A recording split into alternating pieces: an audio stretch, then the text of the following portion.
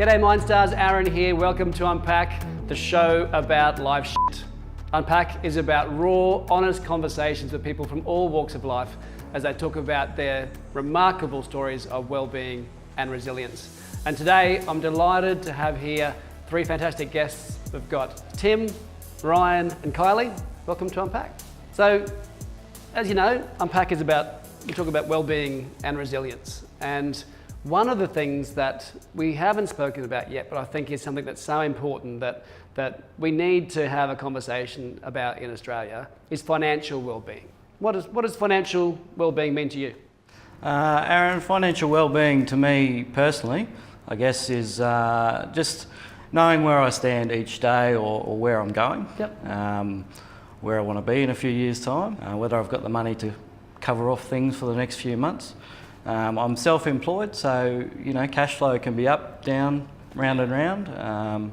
So just trying to have a buffer in place for myself that I know will get me through a period of time. So people having that buffer so they know that they're okay week to week. Good one. What is financial well-being to you, right?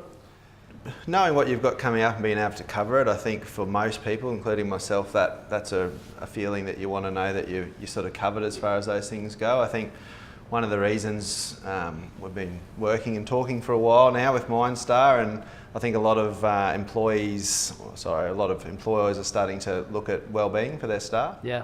I think we're talking, I think it's like 50% of people have financial stress, something along those lines, which affects productivity. So it was just, we wanted to be able to sit down and talk to people about their particular financial goals. And it doesn't matter whether they're sort of earning 30 or 40 grand a year or $200,000 or $300,000 a year. People adjust to the income they earn and they can get themselves in a pickle very quickly on either side of that spectrum. So it's just about being able to, I think, acknowledge that it's pretty normal to have some sort of financial stress or have financial goals that you want to achieve, and you should just sit down and have a chat to someone and do something about it before it gets to the point where you're drowning, I suppose.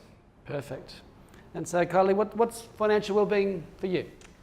For me, it's just about not having to worry about money. Like, to be able to, you work really hard, it's nice to be able to treat yourself, it's nice to be able to do that without worrying, and also knowing that your bills are paid, not living from paycheck to paycheck. Being able to pay the bills, not worry about it, and still have some nice things to reward yourself for working really hard. Completely. And who wouldn't want that? That's the thing. We all, I think we're working longer hours. Australians are working longer than they ever have, and two partners working in the household. So, in a way, it's a quality of life issue, I imagine, as well. Yeah. So, Tim, has there been a time in your own life when you experienced some financial stress, or you realised that financial well-being was something you had to focus more on? Yeah, Aaron, so my journey probably started about 10 years ago. Before that I was working in trades, a young invincible fella that thought nothing could stop me. At the age of 24 I was diagnosed with cancer, a bit of a shock to the system, as you'd imagine, mate, but that sort of made me realise a few things about budgeting and having money put aside and being prepared for things that are a bit unforeseen. When you're young, you just think it's all going to fall in your lap and go out and do your thing and it's all there.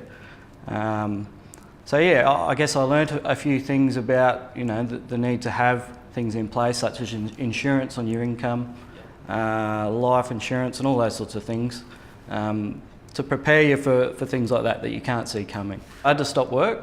I was self-employed at that period of time in my life as well, which basically meant there was no longer any cash flow. It meant I sort of had to heavily rely on my family to keep me afloat. It's a feeling that or just a thought that you don't want to be thinking about when you're just trying to get through the steps and the doctors and the treatment. Mate, an unnecessary anxiety I later found out, there's ways to get around that. They say everyone's a couple of crises, whether it's health or relationship or whatever it is. You're only a couple of things happening where all of a sudden you have to move back home, or you're not getting that money coming through the door. And the last thing you want is probably that financial stress when you've got the health stress and you look at your own mortality as a 24-year-old man. So what could you have done differently looking back, as a 24-year-old? What could have been different? Mate, just a bit of forethought into the future and my cash flow and my financial position. Maybe taking a little bit of time to think about, you know, the potential bad things that can happen. You know, I could have had a buffer in place. I could have seen a financial advisor and had some insurance in place. Yeah, there's numerous things that I could have done, I didn't do, and now I've learnt, you know, I should have done. So, mate, at the time I would have just gone and met with someone like myself now. Sat down, had a chat, half an hour, got some recommendations or some ideas on what I can do. It's not that hard. What we do is not that onerous. It's just you need to do it. Things like budgeting, insurances, savings plans, you know, just looking at some goals and trying to work out how you're going to get through the next few years. All the stuff no one teaches us at school. That's right. Ryan, is there a time in your life when you've had, you know, you've struggled with financial stress or something? Yeah, definitely, Aaron. I think I got divorced when I was 29, had a daughter. Yeah, like I was doing, you know, really well at the time. It was a bit of one of them times a little bit like, probably like now is for some people. It was 2009, I think. There was GFC sort of winding to an end. Property prices were struggling. Our industry was going through some changes at the time. So coming into 2010 and 11, when we actually had to sort, you know, all the finances and stuff out, you sort of go and see the lawyers and they get you all emotional and hot under the collar and say, let's go for this and let's go for that. But the reality is, from most of the situations I've seen, and again, it's not advice, but it's usually that you've just got to work out something that works for both of you. It's not normally that one person gets everything and the other person gets nothing, but all of that emotion gets played in along the way. So I think the sooner you can get some reality into the situation from some people who are actually going to give you genuine advice, that definitely helps a lot. So Kylie, has there been a time that you've struggled with your financial well-being, or it's been a time of stress? I broke my pinky finger. Now it looks like this. After 2 surgeries.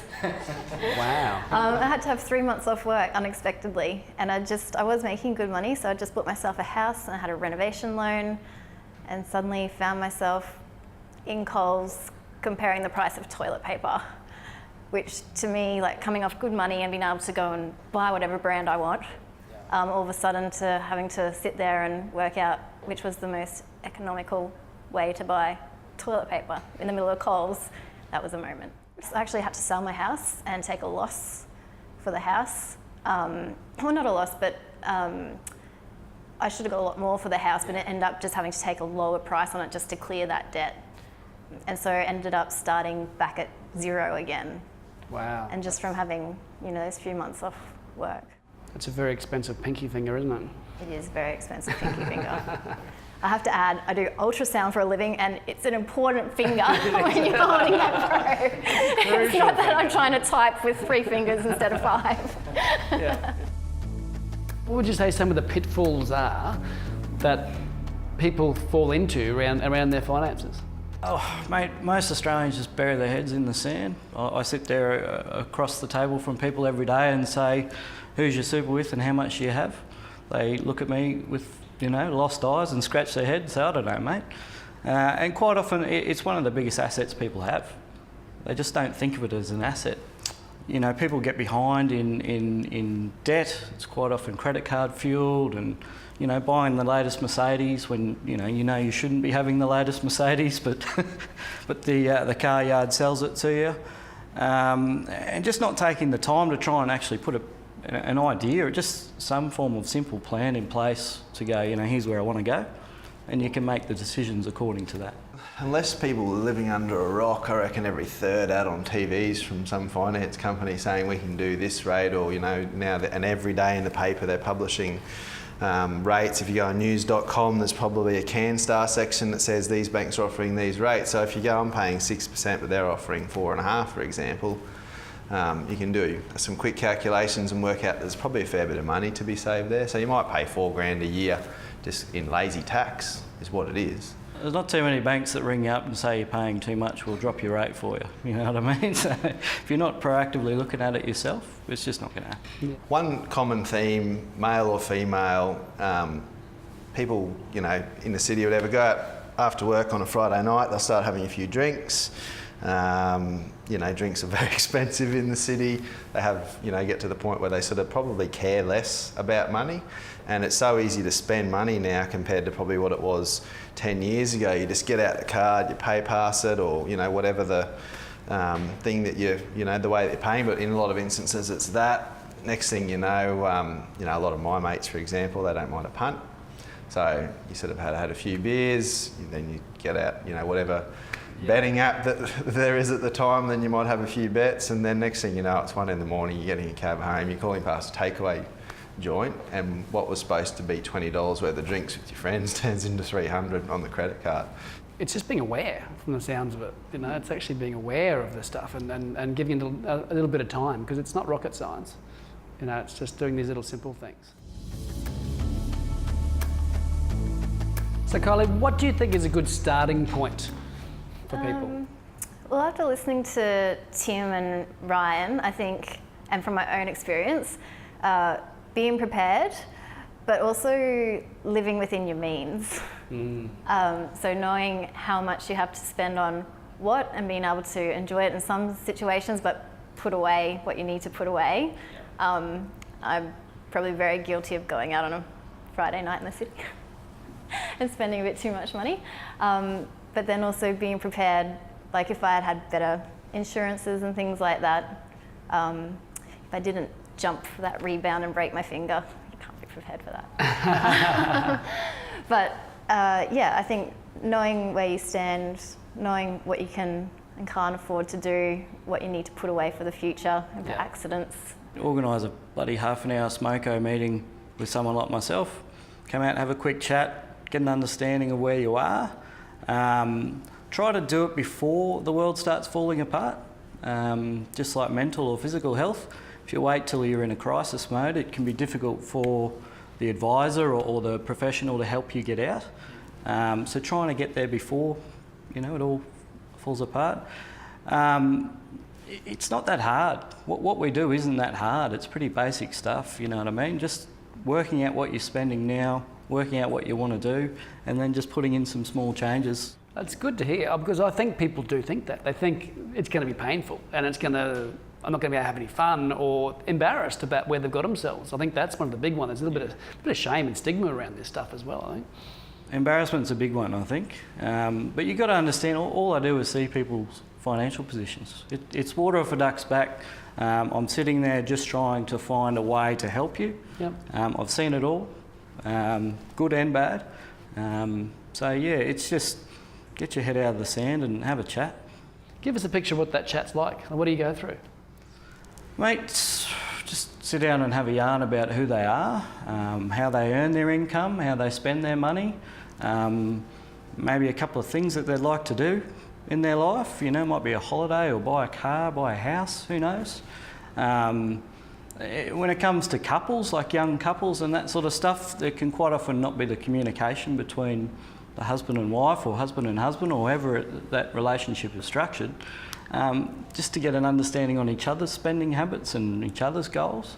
And quite often it's nice to have a mediator sit in the middle and sort of help you have the conversation with yourselves. A bit of an analogy, if you're trying to build a house, most people will go and get a builder to build the house, because there's lots of different moving parts. They've got plumbers, you've got electricians, you've got all those sorts of things. So for someone, in our position, there is definitely moving parts. There might be accountants to speak to, there might be financial planners, mortgage brokers, all different things. So to have someone that sort of orchestrates all that for you, most people that are on top of it will have that person.